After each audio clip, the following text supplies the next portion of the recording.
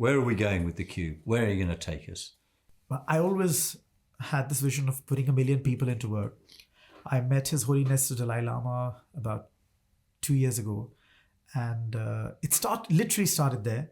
But actually, I take a step back. It started in my experience at Entity Data, where I learned that technology can be a massive, massive enabler. And the organization has such awesome tech infrastructure. And then we started putting the framework together and we said, wow, so actually we can make a change here. And then I so happened to be meeting His Holiness, and I asked a question.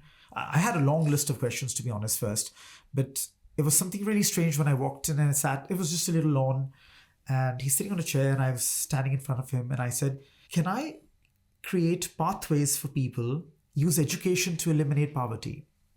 He says yes and no. Yes, education is a pathway, but fundamentally awaken the intelligence of the mind and the knowledge. The pathway is not in your control.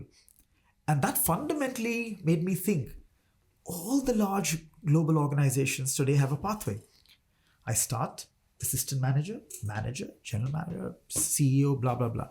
What's changed is not everybody wants to be there.